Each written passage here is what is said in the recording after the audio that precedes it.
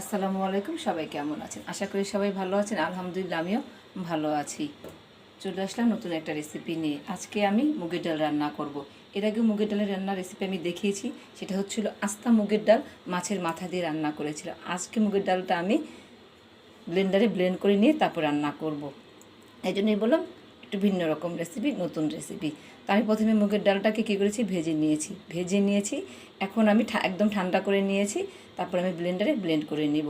আর এখানে আমি নিয়েছি হাফ কাপ পরিমাণ মুগের ডাল, কারণ আমি আজকে এক পিস মাছের মাথা দিয়ে মুগের ডালটা রান্না করব। মানে একটা মাথার দুভাগের এক ভাগ দিয়ে রান্না করবো, এই জন্য মুগের ডালটা অল্প নিয়েছি। আপনারা চাইলে বেশি নিতে পারেন, মাছের মাথার পরিমাণটা বেশি হলে ডালের পরিমাণটা একটু বেশি হলেও সমস্যা নেই। তো আমি এখন কি করব, ডালটাকে প্রথমে ব্লেন্ড করে নিব। তো এটা আমি এখন ব্লেন্ডারে ডালটা ঢেলে দিলাম, তারপর ঢাকনা দিয়ে কভার করে দিব। ডাল ভিতরে দিয়ে দিলাম, ঢাকনা দিয়ে ঢেকে দিলাম। এখন ব্লেন্ড করে নিব। এই তো ব্লেন্ডার হয়ে গেছে, একদম কিন্তু গুঁড়ো করি নেই, আধা ভাঙা করে নিয়েছি। জানি না আপনারা ক্যামেরায় বুঝতে পারছেন কি না। এই যে আমি একটু পাতিলে ঢেলে এখন দেখাবো। তো এই তো এটা ব্লেন্ডার করা হয়ে গেছে মুগের ডালটা। এখন আমি এখানে গরম পানি করে রেখেছিলাম, একদম ফুটানো না, কুসুম গরম থেকে একটু বেশি। একটা আঙুল এভাবে দেওয়া যাবে না, একদম হাতে গরম লেগে যাবে। এরকম গরম করে নিয়েছি। এখন আমি ডালটা এর মধ্যে দিয়ে দিব, আর একটা কাঠি দিয়ে নাড়িয়ে দিব, সাথে সাথে যেন দলা পেকে না যায়। এই তো নাড়িয়ে দিচ্ছি। বাস এভাবে আমি আধা ঘন্টার জন্য ভিজিয়ে রাখবো। বেশি সময় লাগবে না, যেহেতু গুঁড়া করে ফেলেছি। আধা ঘন্টার জন্য এভাবে আমি ভিজিয়ে রেখে দিব, তারপরে চলে যাব মূল রান্নার রেসিপিতে। আশা করি রেসিপিটা আপনাদের কাছে ভালো লাগবে। ভালো লাগলে লাইক করবেন, কমেন্ট করবেন। ফিরে আসছি কিছুক্ষণের মধ্যেই। তেল গরম করে পেঁয়াজটা ভেজে নিচ্ছি। পেঁয়াজটা ভেজে নিব ভালো করে। আর এই যে ডালটা ভিজিয়ে রেখেছিলাম, ভালো ভিজেছে।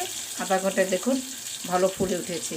পারলে 1 ঘন্টা ভিজিয়ে রাখবেন। যদি ডালের পরিমাণটা একটু বেশি হয় তাহলে 1 ঘন্টা ভিজিয়ে রাখবেন, আর না হলে এই অল্প ডালে আধা ঘন্টায় হয়ে যাবে। আমার ডালটা কিন্তু ভালো ভিজে উঠেছে। তো পেঁয়াজটা ভেজে নিব ভালো করে। হলুদের গুঁড়া দিব, ধনিয়ার গুঁড়া দিব, মরিচের গুঁড়া দিব, আদা বাটা, রসুন বাটা দিব। গুঁড়াটা এখন দিব না, এটাও সামনে রেখেছি। এটা টালা জিরার গুঁড়া। জিরাটাকে ভালো করে ধুয়ে পরিষ্কার করে রোদ্রে শুকিয়ে তাওয়ায় হালকা টেলে নিয়ে ব্লেন্ডার করে নিয়েছি। টালা জিরার গুঁড়োটা দিব আমি একদম রান্না শেষে দিয়ে কিছুক্ষণ সময় রেখে তারপরে নামিয়ে ফেলবো। পেঁয়াজটা এর মধ্যে ভাজা হয়ে গেছে, আর একটু বেশি ভাজবো না, এই মশলাগুলো দিতে ভাজা হয়ে যাবে। মরিচের গুঁড়া, হলুদের গুঁড়া, ধনিয়ার গুঁড়া, রসুন বাটা, আদা বাটা, পরিমাণ মতো পানি, লবণটা দিচ্ছি।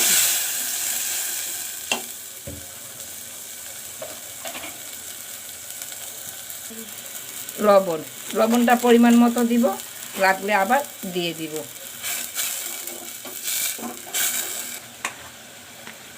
এই পাঙ্গাস মাছের মাথার বলেছিলাম 2 ভাগের 1 ভাগটা নিয়েছি, নিয়ে আমি 3 পিস করে নিয়েছি। সব দিয়ে দিলাম, দিয়ে 4-5 মিনিট ভালো করে কষিয়ে নিব। পাঙ্গাস মাছের মধ্যে কিন্তু একটা গন্ধ থাকে, ভালোই একটা গন্ধ। এই গন্ধটা আমি ভালো করে একদম কষিয়ে নিয়ে দূর করে নেওয়ার চেষ্টা করব। তারপরে ডালটা দিয়ে দিব। আর ডালটা যে ভিজিয়ে রেখেছি পানি সহ ডালটাই কিন্তু আমি দিয়ে দিব। আর ডালটা কিন্তু আমার আগে থেকে ধোয়া ছিল, ধুয়ে রোদ্রে শুকিয়ে তারপরে আমি বয়ামে রেখেছি বা একটা জারে রেখেছি। ডালটা কিন্তু আগে থেকেই ধোয়া ছিল। আমি বাজার থেকে মাসকলাইয়ের ডাল, মুগের ডাল আনলে কিন্তু ভালো করে ধুয়ে নেই,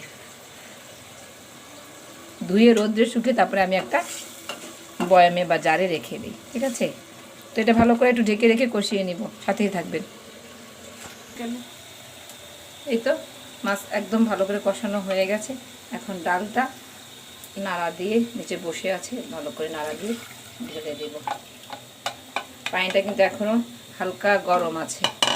এই তো রুই মাছের মাথা দিয়ে বা মাছের পিস দিয়ে করলে মাছটা কষানো হলে উঠিয়ে রাখবেন, আর আমি তো আজকে পাঙ্গাস মাছের মাথা দিয়ে করলাম, এই জন্য উঠিয়ে রাখলাম না আলাদা করে, কারণ পাঙ্গাস মাছের মাথার মধ্যে সব বড় বড় কাটা হয়, অত কাটা হয় না যে একদম ডালের সাথে মিশে যাবে, কারণ বাচ্চারা অনেক সময় খেতে চায়, তখন খেতে পারে না কাটার ভয়, এই জন্য এভাবে করবেন। আর মাছের মাথা দিয়ে করলে আলাদা করার দরকার নেই, কিন্তু মাছ দিয়ে করলে মাছের পিসটা আর কি, মাছের পিসটা দিয়ে করলে মাছটা কষানোর সময় উঠিয়ে রাখবেন, ডালটা দিয়ে ডালটা ভালো করে নাড়াচাড়া করে দু চারটা বলক আসলে তারপরে মাছটা দিয়ে দিবেন। আশা করি আপনারা আমার কথাটা বুঝতে পেরেছেন। যদি বুঝতে না পারেন কমেন্ট করে জানাবেন, আমি বুঝিয়ে দিব। এখন আরেকটু পানি দেবো, এই পানিটা কিন্তু হালকা গরম, আর দিব না, ঢাকনা দিয়ে ঢেকে দিব। ঢাকনা দিয়ে ঢেকে দিব বলক আসার জন্য, বলকটা আসলে একটু ফাঁক করে এভাবে রাখবো, তারপর ডালটা কমপ্লিট হয়ে গেলে নামি, আগেও বলেছি নামানোর সময় কি করব, নামানোর কিছুক্ষণ আগে আমি গরম মশলার গুঁড়া না জিরার গুঁড়াটা দিয়ে দিব, দিয়ে কিছুক্ষণ রেখে তারপরে নামিয়ে ফেলবো। সাথেই থাকবেন, পাশেই থাকবেন।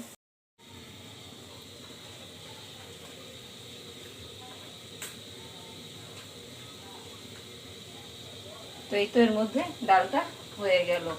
ঘন রাখতে চাইলে আপনারা একটু ঘন রাখতে পারেন, আমি বেশি একটা ঘন রাখি নাই, কারণ আপনাদের ভাইয়া আবার একটু পাতলা খেতে পছন্দ করে, তাই আমি একটু পাতলাই রেখে, দেখুন কি সুন্দর ডালটা সিদ্ধ হয়ে গেছে।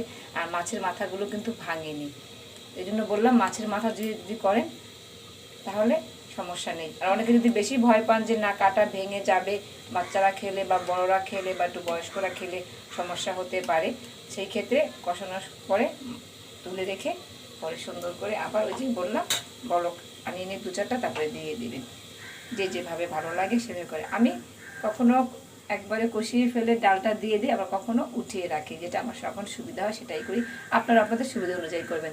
তো আশা করি আপনাদের কাছে রেসিপিটা খুবই খুবই ভালো লেগেছে। মুগের ডাল দিয়ে পাঙ্গাস মাছ, তাও মুগের ডালটা এবার আস্ত না, গুঁড়া করা মুগের ডাল দিয়ে পাঙ্গাস মাছের রেসিপি। ভালো লাগলে লাইক কমেন্ট করবেন, আমার চ্যানেলের সাথেই থাকবেন। আজকে এখানেই বিদায় নিব। আল্লাহ হাফেজ, আসসালামু আলাইকুম।